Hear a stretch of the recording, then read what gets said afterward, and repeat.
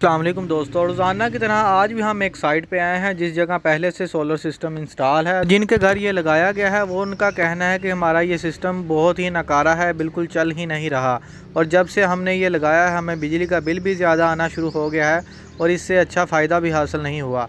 तो हमने इसमें क्या फ़ाल्ट ढूंढे हैं और क्या क्या इसमें से इसको रिपेयर किया है, मरम्मत किया है, मेंटेनेंस किया है, इस वीडियो में हम आपको मुकम्मल बताएंगे। और क्या क्या मिस्टेक्स हुई थी कारीगर से जिसने ये इंस्टॉल किया था, तो कैसे कैसे इसको हमने ठीक करना है, आप मुकम्मल देखें ताकि आप भी कल को कोई सिस्टम लगाएं या आपके पास को लगा हुआ है तो आप भी उसको अच्छे तरीके से चेक करें और उसको ठीक करें और अच्छी परफॉर्मेंस हासिल करें। तो नंबर 1 यहाँ पे जो मिस्टेक थी, यहाँ पर 6 किलोवाट का सोलर इन्वर्टर था, तो जिसके आपको पता है मैक्सिमम 500 वोल्ट होता है और 450 तक हमने इसको प्रोवाइड करना होता है। तो इस जगह पे 10 सोलर पैनल लगे थे और 550 और 580 85 ये मिक्स लगे हुए थे।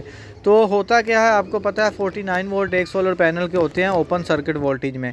तो जब कभी धूप कम होती थी या तेज़ होती थी तो वो 500 वोल्टेज बन जाते थे, जिसकी वजह से इन्वर्टर बार बार ट्रिप हो जाता था। तो हमने एक पैनल उतार दिया है, 10 पैनल में से 9 का कनेक्शन कर दिया है, एक पैनल हमने उतार दिया है।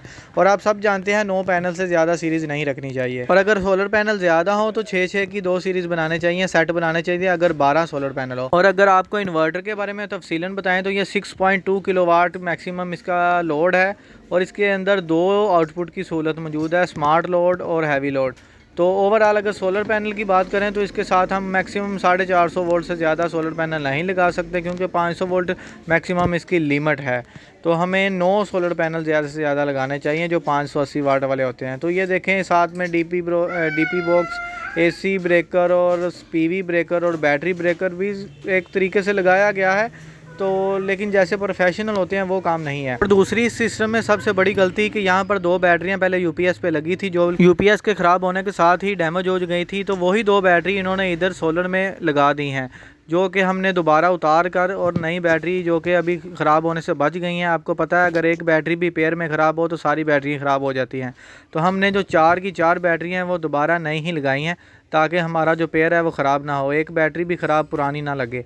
तो उसके बाद हमने सिस्टम के जो ब्लोअर हैं, सिस्टम के जो फ़ैन हैं, उनको अच्छे से साफ़ किया है। और आप देख सकते हैं ये जाली उतार का भी हम साफ़ कर सकते थे, लेकिन व्यूवर्स आपको ये दिखाने के लिए हमने इसमें से जो डस्ट है और ये जो जाला अंदर से निकल रहा है रुईनुमा, इसको हम आपको दिखाते हैं कैसे इन्वर्टर का जो एयर है, जैसे हमारी नोज़ है सांस लेने के लिए, इस तरह ये इन्वर्टर की एक ग्रिल होती है, जाली होती है जहाँ पे इतना डस्ट फंस जाता है। तो इसको भी वक्तन फ़वक्तन उतार के या इस तरह हल्का सा झाड़ना चाहिए ताकि सफाई रहे और वेंटिलेशन का काम अच्छे से पंखे करते रहें और पंखे की हवा लोग ना हो या पंखे का फ़ैन ब्लेड लोग ना हो। तो अभी सिस्टम के पैरामीटर की सेटिंग के बारे में बात करें तो अब वो भी आपको चेक करवाते हैं कि क्या सेटिंग की गई है इसमें। पहले नंबर की सेटिंग अगर देखें तो SUB है, जो कि NFS भी हो सकती थी, और दूसरे नंबर पर 60 एम्पेयर सेटिंग की हुई है, जो कि बहुत ही गलत है।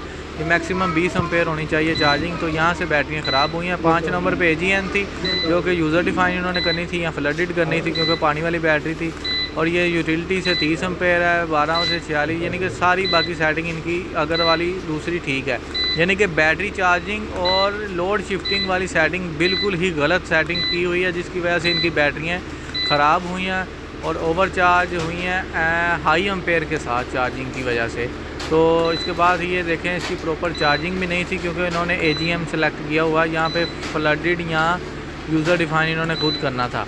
तो अभी हम इसकी जो सेटिंग है वो नए सिरे से 0 से हम दोबारा इसकी सेट करेंगे और प्रॉपर जो इसकी प्रोग्रामिंग है उसको पैरामीटर को दोबारा सेट करेंगे और अपनी जो बैटरी हमने इस्तेमाल की हैं उसी हिसाब से इसको सेट करेंगे। क्योंकि कस्टमर का कहना था कि दिन के वक्त भी हमारा जो बिजली का मीटर है वो चलता रहता है। तो SUB सेटिंग में आप सब जानते हैं सोलर यूटिलिटी और बैटरी यानी कि मिक्स होती है यूटिलिटी। तो हम पहले नंबर वाली सेटिंग को NKS पे कर देंगे, NFS, जो कि MKS यानी कि जब सोलर आएगा तो मुकम्मल तौर पर सोलर पे जाए, हाफ ना जाए, वापडा शेयरिंग ना करे, कट करे तो मुकम्मल करे। अभी ये देखें 5 बजे का टाइम है और हमारा जो PV से जो अभी वाट आ रहे हैं वो भी अच्छे आ रहे हैं। जो हमारा लोड भी अभी 1000 वाट तकरीबन चल रहा है और 9 सोलर पैनल अभी हमारे लगे हैं। 970 वाट हमारा लोड है और 1085 वाट हमारे ऊपर से आ रहे हैं। और बैटरी का एरो नीचे को है, यानी कि चार्जिंग कंडीशन में है, लेकिन वैसे 1-2 एम्पेयर या 0 एम्पेयर से आ रहा है। यानी कि अभी हमारा इक्वालिटी चल रही है, शाम 5 बजे का टाइम है। तो अभी हमारा 9 सोलर पैनल पे इन्वर्टर बिल्कुल ठीक चलेगा, ना ज़्यादा वोल्टेज होंगे, ना ये बार बार दिन को वक्त ट्रिप करेगा। और बैटरी भी हमने चेंज कर दी हैं, 2 बैटरियाँ जो नई के साथ पुरानी थी, पुरानी उतार के हमने नई के साथ नई लगा दी हैं। और ये ऊपर वाला हमारा स्ट्रक्चर है, इसको भी हमने मुकम्मल तौर पे देखा है कि कोई नट बोल्ट, कोई वाशर वगैरह को लूज़ ना हो। तो अभी ये सिस्टम चूँकि हमारा लगाया नहीं था, हमने इसकी मुकम्मल तौर पे मेंटेनेंस किया और ये बंद सिस्टम में हमने एक नए सिरे से जान डाल दी है।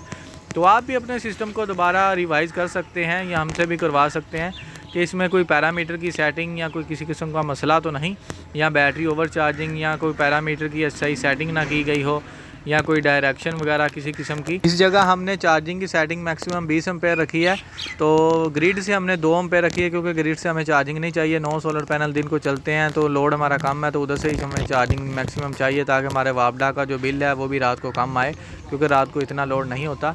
तो इसलिए हमने मैनेजमेंट और कस्टमर के इस्तेमाल के हिसाब से इसकी सेटिंग कर दी है पैरामीटर की। तो हम सबसे पहले आपको ये बताते हैं कि हम मुख्तसर 1-2 अल्फाज हर वीडियो में आपको बताते हैं कि ज़्यादा महंगी चीज़ें लेना काम नहीं होता, उसको प्रॉपर तरीके से इंस्टॉल करवाना ही अच्छा काम होता है। हम लोग 5 लाख 10 लाख का सामान ला कर तारीफ़ें कर रहे होते हैं कि हमने बहुत अच्छा मटेरियल ले लिया, लेकिन जब हम लगवाने की बात आती है तो हम सस्ता कारीगर लेते हैं। सस्ता कारीगर बहुत महंगा भी पड़ सकता है। जिस तरह इस जगह पे उन्होंने 2 बैटरियां भी बदली और उसके बाद बिजली का बिल जो 4 गुना बढ़ के आया वो भी अदा किया, और मज़ीद और दोबारा मेंटेनेंस की, दोबारा जो सर्विस फीस है वो भी अदा की। इस तरीके हम ये कहते हैं कि सस्ता जो है ना वो हमें बहुत महंगा पड़ जाता है। हमेशा प्रोफेशनल बंदे से काम करवाएं। कोई फ़ीस इतनी ज़्यादा नहीं होती, जितने लाख का आप सामान ले रहे हैं, अगर उसका 5% भी निकालें ना तो मेरे ख़्याल से कोई इतना ज़्यादा नहीं बनता। अगर आप इतनी ज़्यादा इन्वेस्ट कर रहे हैं तो अच्छे तरीके से लगवाना सिस्टम चाहिए। ये ना हो कि 10 लाख का आप सामान ले लें, 5 लाख का सामान ले लें और बाद में गली मोहल्ले वाले जिस इलेक्ट्रिशियन को भी इतना पता ना हो उसको आप 5,000 दे के सिस्टम लगा रहे हो, क्योंकि प्रोफेशनल आपसे 20,000 40,000 मांग रहा है और आपने 5,000 से काम करवा लिया और बल्ले बल्ले कर रहे हैं। ऐसे काम नहीं होता, ठीक है। आपके इर्द गिर्द भी कोई अच्छे कारीगर होंगे, हम यही नहीं कहते कि आपके पास कोई अच्छे कारीगर नहीं होंगे, उनका रेट भी मुनासिब होगा, लेकिन हर काम का, हर बंदे का एक प्रोफेशनल होता है। आप जो इस काम का माहिर हैं आप उनसे ही ये काम करवाएं, क्योंकि हर बंदा अपने अपने काम का एक्सपर्ट होता है। हम किसी के दूसरे के काम में दखल अंदाजी करेंगे तो उससे नुकसान होगा हमारा भी और उसका भी। लिहाजा हमें उस काम को शुरू करने से पहले वो काम सीख लेना चाहिए या किसी से मशवरा कर लेना चाहिए। हमारा तो यही आइडिया, हमारी तो यही राय है, हमेशा देखभाल कर चलें, अपना पैसा ज़ाया ना करें। इसके साथ दे हमें जो इजाज़त, कोई सवाल हो तो कमेंट में ज़रूर पूछिए। अल्लाह हाफिज़।